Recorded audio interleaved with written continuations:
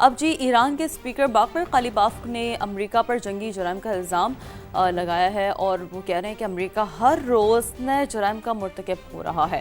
انہوں نے یہ بھی کہا ہے بیسکلی اسپیکر ایرانی پارلیمنٹ نے کہ قشم میں آبادی پر حملہ میناب اور لامحدود واقعات کا تسلسل ہے۔ انہوں نے بیسکلی یہ کہا کہ کنٹینیوسلی ہے کہ اس طرح کے واقعات ہم رپورٹ کر رہے ہیں اور اس طرح کی چیزیں ہو رہی ہیں۔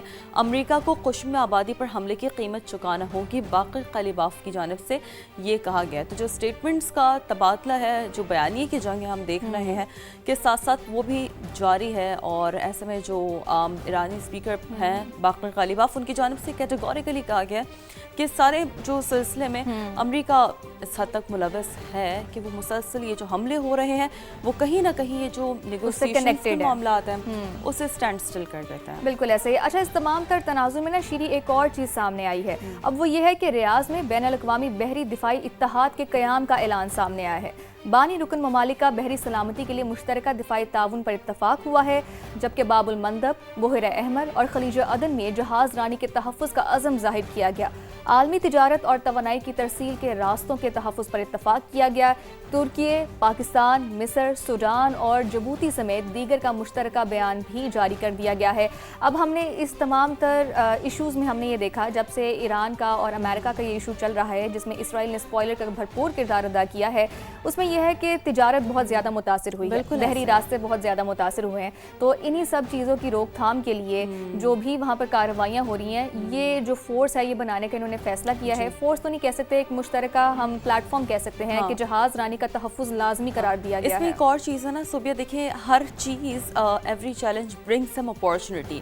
ہم دیکھ رہے ہیں کہ یہاں پر آپ کے پاس اپارچونٹی کیا ہے، in what way basically it is کہ آپ کے پاس ایک پلیٹ فارمز ہم دیکھ رہے ہیں اس طرح بنتے ہوئے نظر آ رہے ہیں۔ جو میکینزم ہے وہ اس پہ کچھ کنسنسس ہم یہ نہیں کہہ سکتے کہ حتمی طور پر اس طرح کوئی میکینزم بن گیا جسے پوری دنیا پورا خطہ ایکسیپٹ کر رہا ہے، کیونکہ ایسا نہیں ہو رہا۔ کچھ حد تک جو کنسنسس ہے نا ہمیں وہ ہوتا ہوا نظر آ رہا ہے۔ اسٹریٹ آف ہارمز والا معاملہ آپ دیکھیں، اب ایران کہہ رہا ہے کہ ہم پرانے والے اسٹریٹ آف ہارمز پہ نہیں جائیں گے، اس کا ایک نیو میکینزم ہونا چاہیے۔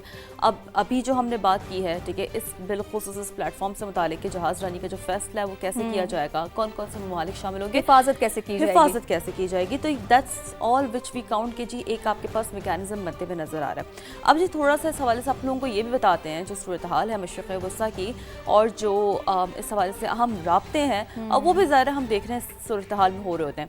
شامی صدر کا سعودی ولی عہد سے رابطہ ہوا ہے اور سعودی تیل تنصیبات پر حملوں کی کوشش کی انہوں نے بیسکلی کی ہے مذمت۔ شام کے صدر احمد الشرا نے سعودی ولی عہد شہزادہ محمد بن سلمان سے ٹیلی فونک رابطہ کیا اور مشرق وسطیٰ میں کشیدگی کم کرنے کی جو کوششیں ہیں اور علاقائی صورتحال ہے اس پر تبادلہ خیال کیا گیا۔ سعودی پریس ایجنسی کے مطابق صدر احمد الشرا نے عراق میں ایران نواز گروہوں کی جانب سے سعودی عرب کی تیل تنصیبات کو نشانہ بنانے کی کوشش کی شدید الفاظ میں مذمت کی ہے اور سعودی عرب کے حق دفاع اور مناسب رد عمل کی حمایت کا انہوں نے کیا ہے اظہار۔ دونوں رہنماؤں نے خطے میں امن و استحکام کے فروغ اور دو طرفہ تعاون سے متعلق امور پر بھی گفتگو کی ہے۔ تو یہ بھی جو رابطے ہوتے ہیں یہ اپنی نوعیت کے بہت اہم رابطے ہوتے ہیں، لیکن ایک معلومات جو اپنی نوعیت میں بڑی اہم ہے